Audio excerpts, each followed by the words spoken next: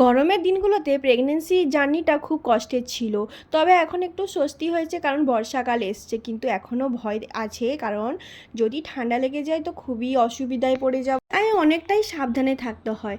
Welcome to my 8 months pregnancy journey. তো এখন চলছে আমার 8 মান্থস প্রেগনেন্সি, আর এই সময়টা ভালো মন্দ খাওয়া দাওয়া করতে হয়, বিশেষ করে ফল খেতে হয়। আর সেই ফল যদি নিজেদের গাছের হয় তাহলে তো আর কোনো কথাই নেই।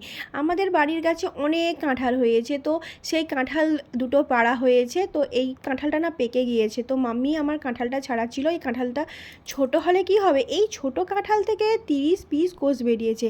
কাঁঠালগুলো এত মিষ্টি ছিল কি বলবো। তারপরে একটু ঘর মোছামুছি করছিলাম, আর এই বৃষ্টি ওয়েদারে আমার নারকেল দিয়ে না মুড়ি খেতে ইচ্ছে করছিল, তাই নারকেল কুড়ো করেছিলাম। আর দেখো কি সুন্দর বৃষ্টি হচ্ছে, বৃষ্টিটা দেখতে ভীষণ ভালো লাগছে।